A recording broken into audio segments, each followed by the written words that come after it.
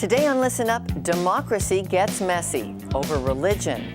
We listen to both sides of the debate over a mosque near Ground Zero. Next.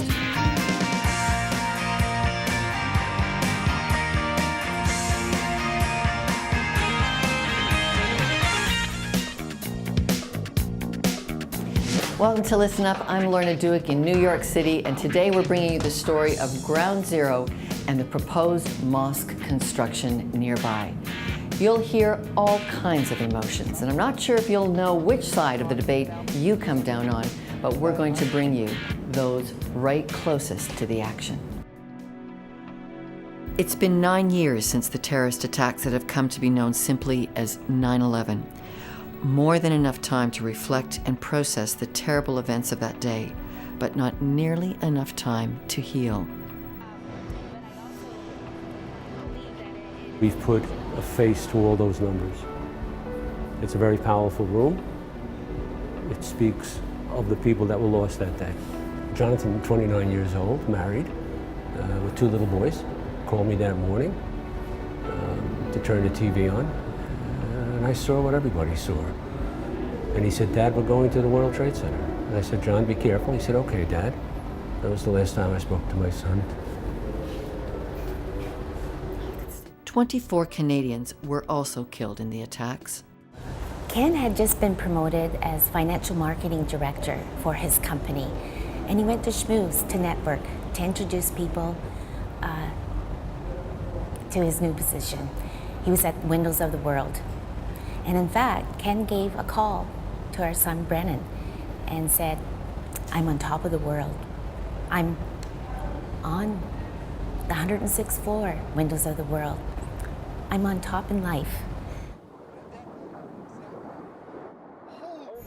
Ken was able to call his mother, and that's why I know exactly where he was, because he said, "Mom, I'm on the 106th floor and the room is full of smoke. I don't know how I'm going to get out.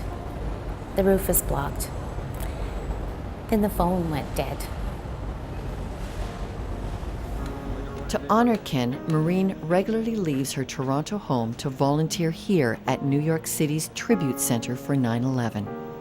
I think because we all know that terrorism is not a past tense subject. I don't know what causes it, and I don't know what the cure is, but I do know that I never want another 9/11. My faith probably got stronger after 9/11. I truly believe that love is going to conquer evil here. And so the education from Ground Zero continues. It's one of the jets. Oh, wow. We're going to talk about some very difficult things. We don't sugarcoat here. You took a 110-story building, and there's 2 of them, and collapsed them into a pile that wound up being about 7 stories high. It was like a book closed, and everybody was in between the pages. So there are no bodies. You can't find bodies. North Tower, 1,365 people trapped or killed above impact. No way out. 1,365. South Tower, 595 trapped or killed. No way out. They had to come down with the building. The men and women that worked at this site, tens of thousands that worked here over 9 months,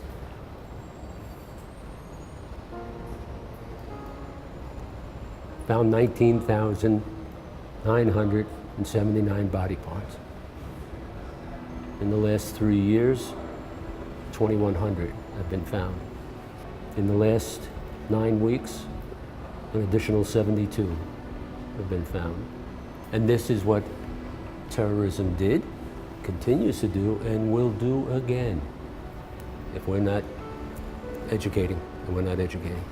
And so the Tribute Center at Ground Zero exists for those painful stories. And anything you're going to see in here, like my son's gear, it says something. It tells a story. It tells its own personal story. It took 3 months to find Jonathan. And we found Jonathan as a whole body. And there's only 174 whole bodies out of 2,749 people. This is done for the people that don't have a voice. It's done for you who we think need to understand what happened on 9/11 and not forget. Of course, we'll never forget, but we're in a very dangerous world. I went into the lobby of Tower 1 where the fire command station was, and I saw my best friend Terry Hatton there. He was a captain in the fire department, captain of Rescue 1. He told me, "Timmy, come here," and I went over to him, and he wrapped his arms around me and said, "I love you, brother, I may never see you again." He whispered that in my ear, and he went in the stairwell, and I never saw him again. He was one of 93 of my friends that were murdered that day by radical Muslim terrorists in an attack on American freedom. Tim Brown is leading a lawsuit to stop the mosque construction. It's a campaign that's personal, moral, and ideological. When the second plane hit, I was ordered to go to the lobby of Tower 2 to manage that command post. I went with Chief Burns from the fire department, old salty Irish fire chief, who had seen it all, 40 years in the fire department, and I said, "Chief, what do you want? What do you need from me?" And he just looked at me with kind of a wry, all-knowing smile, and he said, "Timmy, there's nothing you and I can do here."